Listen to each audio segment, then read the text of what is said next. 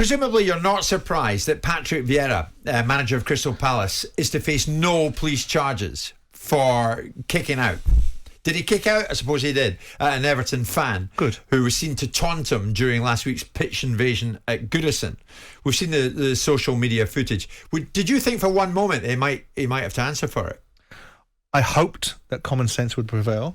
And has it? And yes, of course. You can't put someone in a way of a position that they shouldn't have been put in the way of, and then not expect them to defend themselves or to react to the circumstances of an extreme circumstance. It would be ludicrous. Yeah. Absolutely ludicrous. If you want to observe the letter of the law and take the letter of the law to its ultimate situation, then maybe there's an argument you have a case to face. But in the real world, where you're looking at a set of circumstances which are completely and utterly unacceptable, how could you possibly charge them? So Should the FA do the same? We're still to hear from them. Of course. Well, if it's the FA, we know my view on them. But the point is that you cannot charge him. You cannot put him in this completely unacceptable position that football is allowed to happen. The clubs have allowed to happen. Yeah. Football's lack of governance allowed to that. And I know the media has turned it into scrum in the last week, and it will lose its resonance because it won't happen again until next year. Because there's no reason for pitch invasions.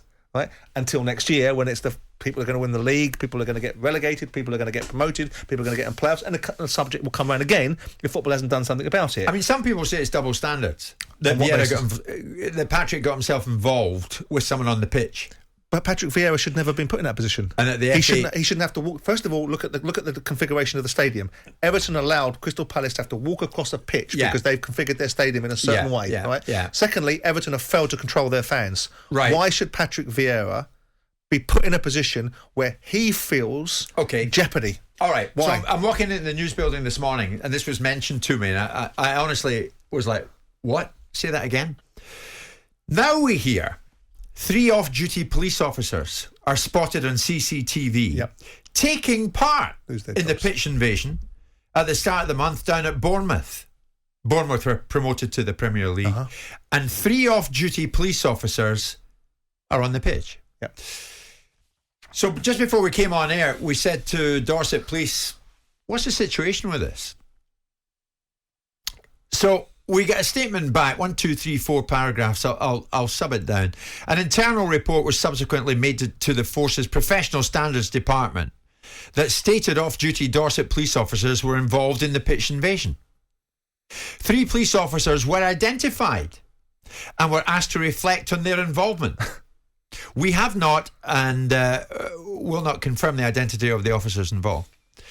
Following the game, a message was issued internally reminding all officers and staff of the high standards of behaviour expected of them, both in and out of work, and reiterating that no matter how exciting it is for their team to win promotion to the Premier League, they must not be involved in pitch invasions. Well, absolutely. I mean, look, as a police officer... Are you not gobsmacked? They need to be told that. I'm not gobsmacked by it because I make these slightly sly comments about what our police do and don't do in their policing of this country with their positioning at certain times during societal unrest. So it doesn't surprise me that they find themselves in a situation where 3 of their officers seem to think that their career, their vocation, you're a police officer. You're never not a police officer until you decide to leave the police force. And so as a serving police officer, you can't behave in this fashion. Now, maybe losing your jobs over it is probably a little bit too strong a reaction, but you need to be disciplined. But football also needs to get its act together. Football needs to double down on saying that it doesn't want these things to happen and not to tolerate it and not to encourage it. And the broadcasters need to message and not to encourage these sort of things. I agree with you. But the police aren't going to take it seriously. What chance have we got? Yes, we're on one hand we're arguing about policing the football stadium properly, and it shouldn't necessarily be the responsibility of stewards in exceptional circumstances where we all know there's going to be a combustible event, celebration, relief, disappointment, whatever it is. You're going to see a combustible set of circumstances. Plan for that. Bring the police in. No, don't bring the police in because they'll run on the bloody pitch as well. Is the example that this says. I mean, this statement.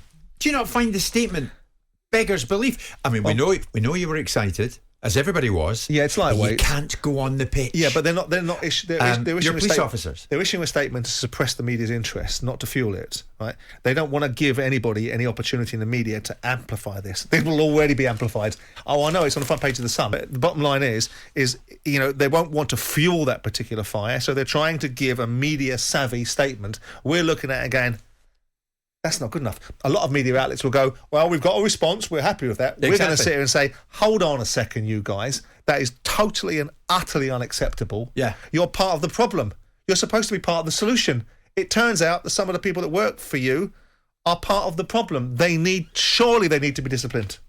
I'm not suggesting someone's livelihood gets taken away from them, but they surely need to be disciplined, and surely the police should be saying to us, we will take the appropriate level of disciplinary measure. Be assured, disciplinary proceedings will be enacted against these 3 individuals who we will not name, but the police will clean house on this. I mean, they're 3 individuals who, no doubt, study CCTV.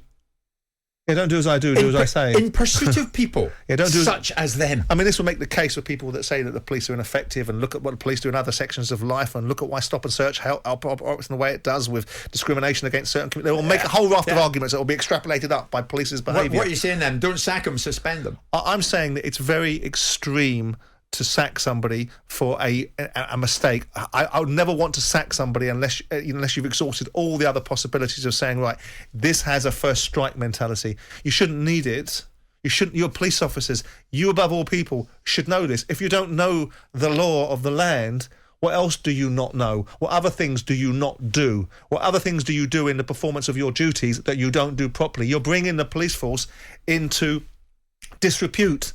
You're bringing the police, 3 of you, 1 of you, because it will be used by the media. Yeah. It will be used by other people that have justifiable or unjustifiable grievances against the old bill. A fly in the wall. Well, come up to the office. We're looking at CCTV. Well, yeah, that's not you, is it? Unbelievable. So we'll see what happens, but suspend them. Don't sack them. Well, I would certainly discipline them to the highest level. I'm losing their careers, losing their jobs.